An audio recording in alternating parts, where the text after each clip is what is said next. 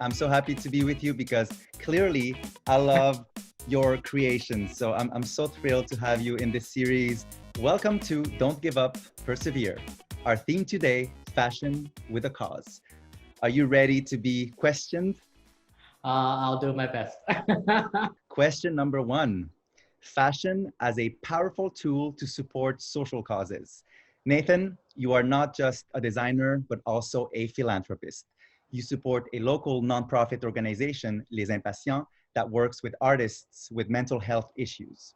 The question, can you tell us about your new silk masks and the stories behind them?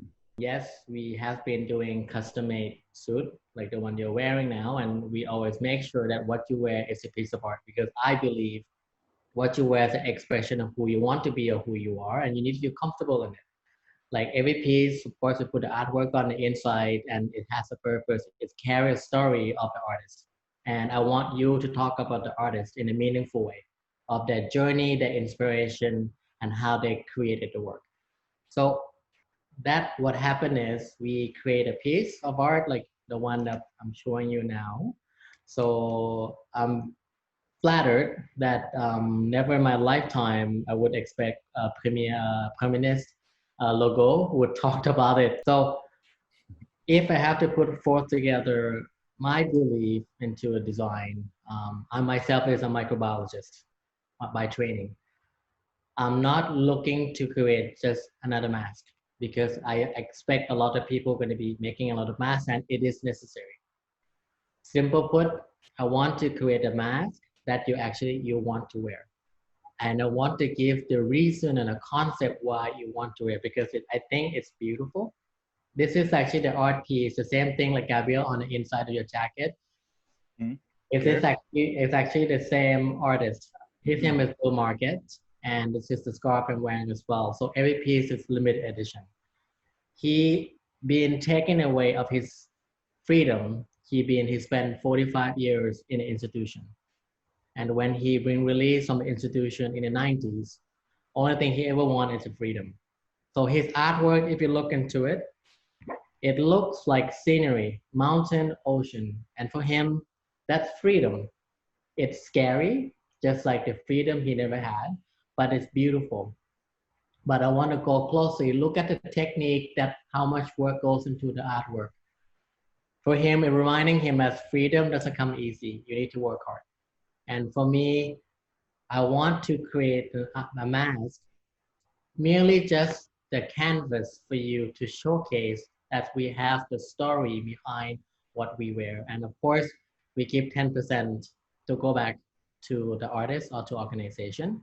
And I want you to speak about the cost, the story, and what you may not know is I didn't tell anyone much. It's a concept. So local made, it is important. It's made in Quebec, but I'm not looking into getting made through a usual factory. So what I did, I searched for those people who lost a job because of COVID, who are at risk that cannot go to work even after COVID, and they have little a basic training. I train them, I teach them, I provide all the materials. So them, even if after pandemic, they are allowed and can earn additional income, will not be dependent on government and can be self-sustained even working from home.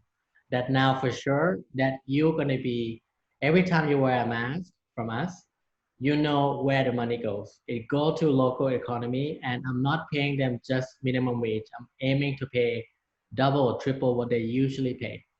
Wow, that is so beautiful. I'm so thrilled to hear you because I knew about the masks, but I didn't know about the talent behind the mask or the talented people that you hire and how you train them.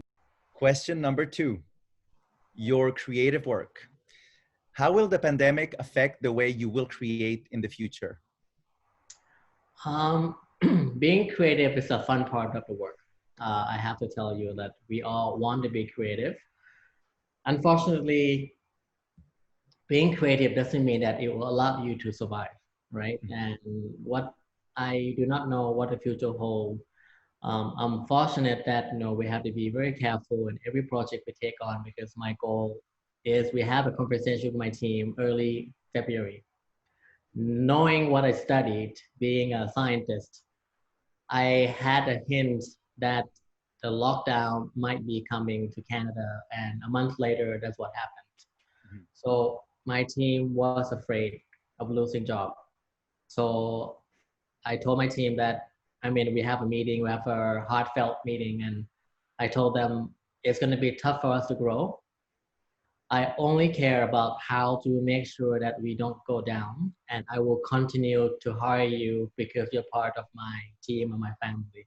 That's my commitment. I don't know how will you grow, how will we grow, but my commitment is I have to continue having an income for me to give you something to learn, to do, to grow, and I have to make sure I keep you on the payroll. That's my duty as someone who run the business, and I want to be as transparent as much as possible. So how we'll create differently. Being creative by the definition, like you mentioned, you're being creative, not just aesthetic. You can be creative in many different ways. The work that we do, not just create something beautiful is creation, but you need to look at a concept and the value behind. As for me, the reason of mass why excite me because I have to learn how to do e-commerce, right? I have to understand how to distribute the product. I need to accelerate it to make a project happen during the limited resources the time we were all locked down. And I have to make it happen. But I have to change and I have to adapt. So that's my creation, that we're not stuck to the same way we used to do. We need to grow and allow ourselves to be vulnerable and also learn from it, make mistake and grow. Well, I cannot wait to see what you create next, and hopefully I'll be able to wear it again and again and again. Question number 3, the future of fashion. What advice would you give to young designers who are just starting out? My advice still the same, that you don't know, what you will become. And I'd rather than focus what you want to be, I want to become a designer. I rather want to ask them a question that why do you want to be a designer? You will have different reasons. You could come from because I think I'm good at what I do, so I should be a designer. Or I love creating, I should be a designer. So you want to ask yourself why, and when you ask yourself why, you're gonna focus on the skill that you need to develop to become what you want to be, rather than wishful thinking. I want to be, would like to be. Focus on what could I be. But you have to be true yourself, and you need to understand your value in terms of why am I doing that. You don't want to be a designer because I want to be famous. I want to be known on Instagram. I I didn't thought it through actually when I started my line of my creation. My purpose was I want to make sure what I create is to make people feel good, because in design, as my belief, I don't think it's so much of a look. It's so much about how you felt. Look is the output, but it's not the reason behind. The reason why we put beautiful stuff, yes, you will look good, but it doesn't make you happy. It make you happy because it felt good. So I'm focusing on that, how to make you feel good, and you have reason to be. That's why we include philanthropy, art, reason how it's being made, and the story behind. So that's what's important to me. And as a designer, so I would say ask yourself. And starting a business is not the easiest thing in the world, but definitely, if I could go back in time, I would definitely would have not changed a thing, because I have learned to become a different person who I was 5 years ago. 4th question. Nathan, have you ever been unmotivated in your life? If yes, how did you overcome it? If I said no, that'd be a lie. Multiple times in my life. For example, I think in my life, of course, through a journey, I will get so many negativity or discouraged from different ways. Maybe your day did not go well, you make a wrong decision, it's affected you personally, your creation, and sometimes you get, criticized from people who doesn't even know you. As of course, you're human, it's affected you. How can you not care when you put your heart and soul into your work? I would say the main thing that I felt, I guess, unmotivated. I would say it happened often, even if, I'm running my business. Every day, sometimes you ask yourself, what are you doing? Why are you doing this? Are you sure? Is that better thing what you want to do in life? And you go back into why you are doing this. You need that purpose in your life, and you'd have to try to find an answer for that moment. Why you do what I do. I believe and commit to my concept. Look at the big picture and try to remind myself. And if you get unmotivated, this is go back to the question you just asked me. And the third question is surround yourself with people with the great advice, and they'll give you criticism. You need to take it, but do not allow anyone to tell you what to do, because it's your decision. You share your thought, ask for help when you need to, distract yourself, go exercise, or do other things that not focusing on what when you get stuck. The same way that Gabriel, you have always been a big fan of my work, and personally and professionally, you always supporting, and I feel good, to the fact that I have friends like you. Thank you, Nathan. And, I do have a fifth question, and you sort of answered it, which is great, because being unmotivated is very hard, whether we are young or older. If you had the opportunity to talk to a young person who is unmotivated right now, what would you say? I would tell them that it is okay to be unmotivated. Don't force yourself that I have to be always motivated.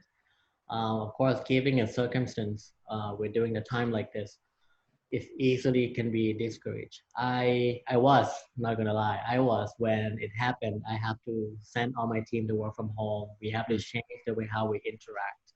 And I do not know what's gonna happen with my business, because we have fixed costs, we have expense to pay, we have to pay rent, we have a supplier for us, we have to pay. It's a headache. And I would say, if you go back and be able to tell people who you feel unmotivated, I would tell them again that you need to find a reason why you are feeling unmotivated, because you're unfocused, or maybe because you couldn't find what makes you motivation, or because it's too overwhelmed. There's many reasons for you to feel unmotivated. And sometimes the fact that sometimes I have too much work, and instead of me feeling motivated, I feel demotivated because I do not know how to proceed. Sometimes because I do not know what I'm doing, then I feel unmotivated. Look at what you're going to contribute rather than what you want to be. So learn your skill set. No one can never ever take that away from you. And your network and your friends, if you continue to be good to them, they will always be by your side, and they will always be supporting you. Wow. Thank you so much, Nathan. You inspire us with your creations, with your outfits. I proudly wear Nathon Kong everywhere I go, and I cannot wait to see you again. Thank you so much for doing this. I look forward to seeing you again. Thank you so much for having me, Kevin.